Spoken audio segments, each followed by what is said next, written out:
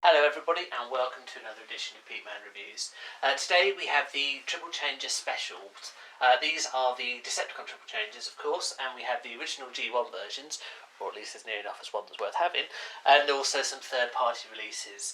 The third-party releases come respectively from Unique Toys, DX9 and Toy World, and these give updated, slightly more accurate triple change versions than the original toys. For this review we'll be looking at the Generation 1 version of Blitzwing. Now I have put him next to the third party release from DX9. Technically he is known as Gewalt in order to ensure that there's no copyright problems, but yeah, we all know it's Blitzwing. Size wise, well, yeah, it's a little bit one-sided, isn't it? I mean, he will actually fit. He doesn't even come up to the top of the treads of Gewalt. But you know, this guy is always going to be big. I'm quite shocked at just how large this guy is. He is mammoth. It works well in the various modes because he's built to a masterpiece scale. But the tank is huge. The plane is huge as well. Robot mode is big, but feels a bit more proportionate. But the tank is huge. No problem with that. It just kind of shows up how big it is compared to our original guy. So we're going to take Gewalt away because we're not going to do a comparison with him directly. When we come to transforming Gewalt in his in his different modes, when we come to transforming Gewalt in his different modes, we'll compare the plane and the robot mode with the original Blitzwing. So you check out that video and we'll have a look at those. In the meantime, let's look at our G1 Blitzwing. So he starts off as a tank. Now this gun, the gun is very loose on here because of the age of it, but it's got some nice sculpting on there to give the impression of tank tracks. Front, well, yes, it kind of works. It's a bit unwieldy here. I suppose you could say it's a battered ram, although it's kind of a little bit unwieldy. The actual tank turret itself is very good. It doesn't move up or down. Well, it does a bit only because it's loose, but it rotates well. Rear of the tank, it's got stickers to achieve the effects, but actually, do you know what? That's a fairly effective mode. It does have wheels underneath here, so it will move. But yeah, it's not too bad. It is very small. It's kind of, I guess it's a similar in size to probably to Jazz or so, but I guess tanks in real life are a similar size to cars. I mean, some are obviously bigger than others, and Blitzwing is a relatively small tank. Okay, so we'll now change them into plane mode. So to begin with, just going to flip these back. Now, these sides here will flip around. They'll flip around like so. Now, you can see the silver bits here. These do flip up. But the best way to do that is you actually have to semi-transform him from plane mode to the start of the robot mode in order to flip these up. And these are his ailerons, wing fins at the back rather than ailerons. And do the same on this side, so just move that out of the way, and then that goes up like so. Finally, turret goes to the back here, and this all flips up, and as you can see that produces that. What is quite a nice bit is it actually has a wheel built in there for landing gear.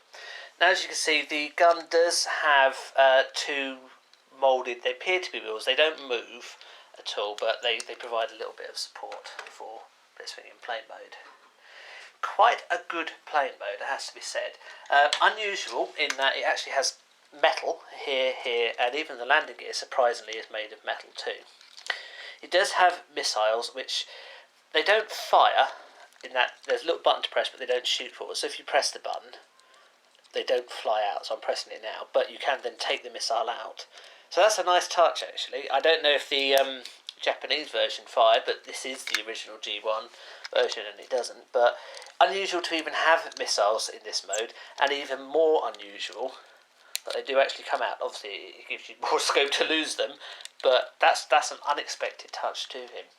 So it's not a bad one. As you can see, some of the stickers and the paint has faded over the years, but it looks pretty good. Concession style the mode where you've got wheels which appear where they shouldn't do, but they're not that noticeable. The big problem is the turret. Where does it go? Do you have it like that? If you have it like that, it gets in the way of landing gear, so it's probably meant to be like that, but you end up with that. The turret is the problem in this mode. There is nowhere really to put it, but it's not bad otherwise. And you actually have him in flying plane mode. Well, you could then rotate the turret around, or it could fall off completely. It's not meant to fall off completely because then you're left with this. It's just because of the fact that it's old. You could have it like that so that you could fire it while flying, which, I guess that kind of works, doesn't it? But still, it's a plane. Why would you have a tank turret on a plane? There is just nowhere to put it. That's the big problem with that mode.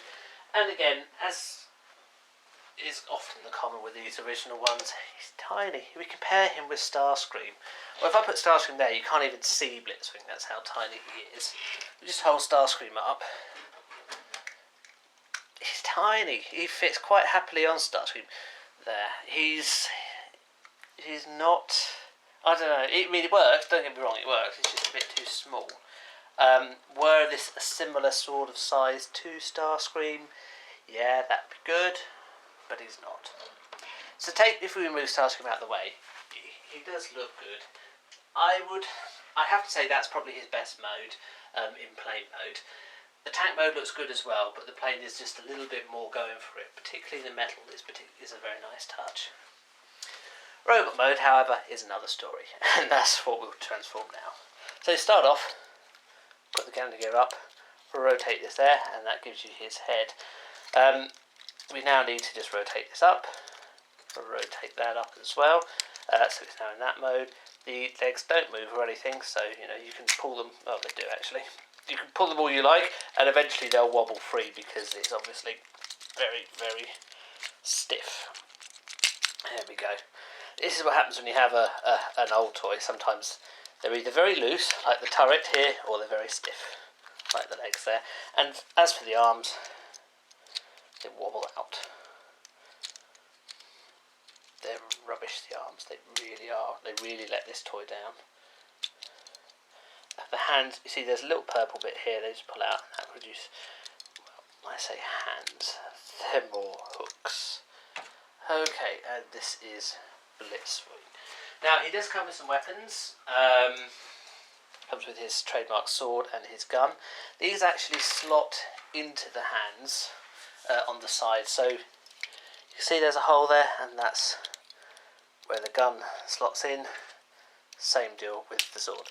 Surprisingly, these aren't interchangeable. You can put the sword there, but you can't put the gun there because of this part, which means that he would end up with him holding the gun upside down. Okay, so there is Blitzwing in his robot mode. Well, shall we start with the good? What is the good? The weapons are good. It's nice to have two weapons for them.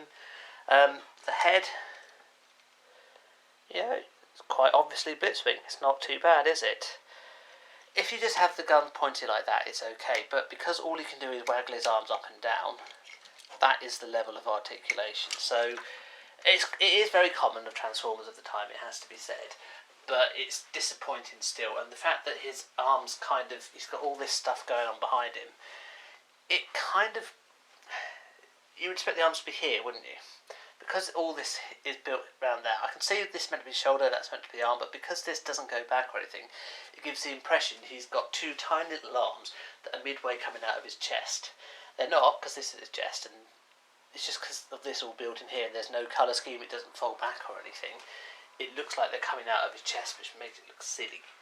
He has no feet to speak of. He relies totally on balance from the fins here, so there's no feet that flip down or anything like that either.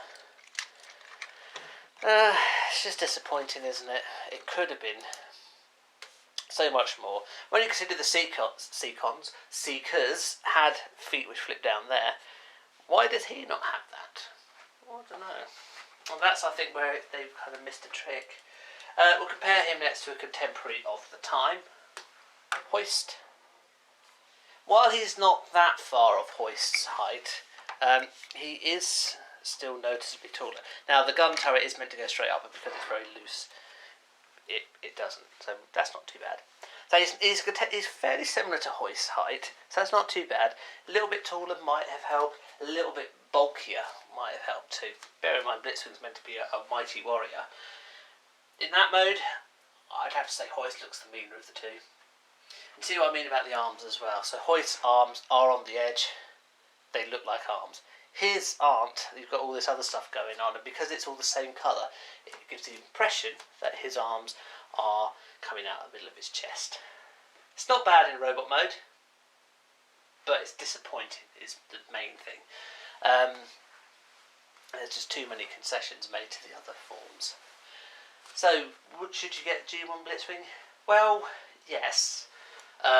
It's depending on how complete you want it to be. It's not too expensive because it's not one of the more desirable elements released from the G1. There are better editions of Blitzwing out there, but it's not bad, particularly in jet mode. Tank mode is quite tolerable. You know, you can have him in tank mode and you wouldn't be disappointed. Jet mode is definitely his best mode. Robot mode is disappointing. Thank you very much for watching. Do you agree with my comments? Please leave them a comment below and we shall have a discussion about it. Thank you very much for watching. I'll see you in the next review. Goodbye.